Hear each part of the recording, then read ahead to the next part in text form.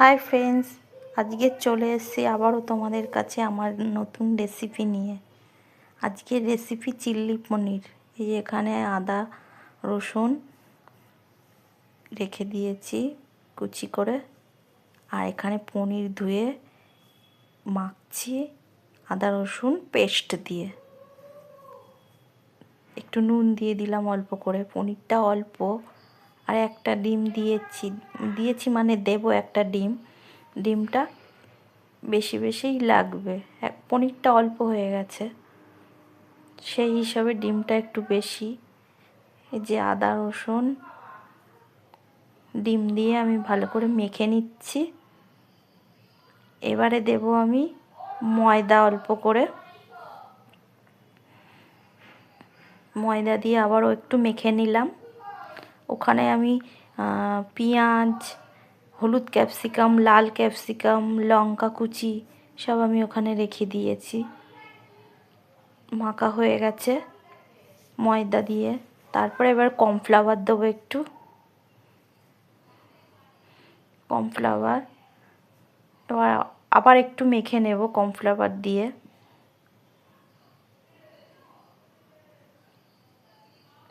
মাখা হয়ে গেছে। আমি ওইদিকে অলরেডি কড়াই বসিয়ে দিয়েছি, কড়াইটা গরম হয়ে গেছে। এবার আমি তেলটা দিয়ে দেব।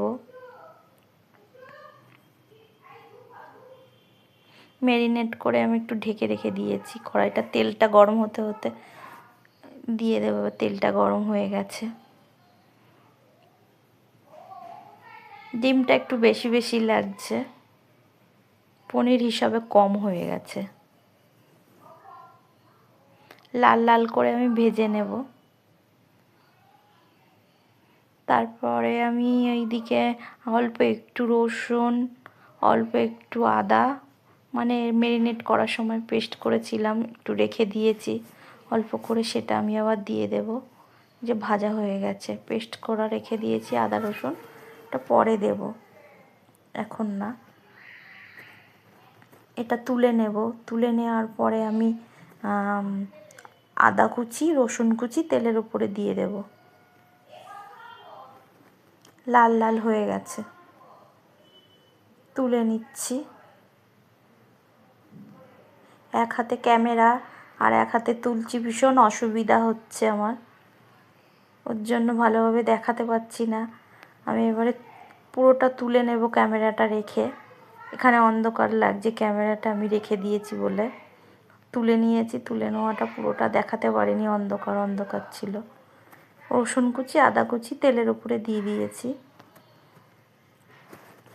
এবার পেঁয়াজ, হলুদ ক্যাপসিকাম, সবুজ ক্যাপসিকাম, লাল ক্যাপসিকাম, কাঁচা লঙ্কা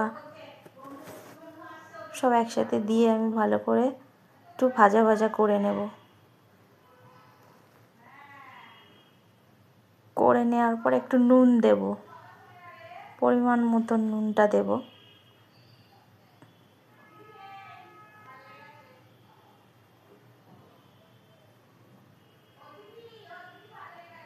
নুনটা দিয়ে দিলাম।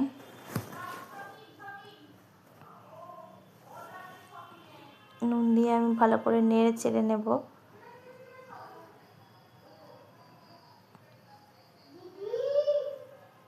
মশলার পেস্টটা দিয়ে দিলাম।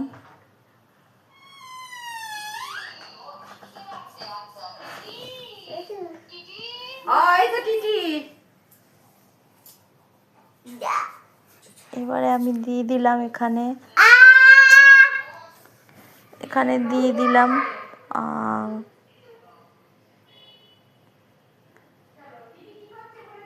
টমেটো সস আর সয়া সস দিয়ে। এখানে গোকুল এসে চিৎকার করছিল বলে ভুলে গেছিলাম। টমেটো সস আর দিয়ে ভালো করে নেড়ে নিলাম, চিলি সস দিয়ে, এই সয়া সস দিয়ে সরি। নেড়ে চেড়ে আমি আবার চিনি দিয়ে দিলাম, দেখালাম তোমাদেরকে, অন্ধকার ছিল, চিনিটা দিয়েছি যখন ক্যামেরাটা রেখে। তারপরে ভালো করে সস টস দিয়ে কষিয়ে নিয়ে চিনি টিনি দিয়ে এবার আমি পনিরটা ঢেলে দিয়েছি। দিয়ে আবারও একটু কষিয়ে নেব ভালো করে, নিয়ে কষানো হয়ে গেছে, সামান্য অল্প একটু জল দিয়ে দেব।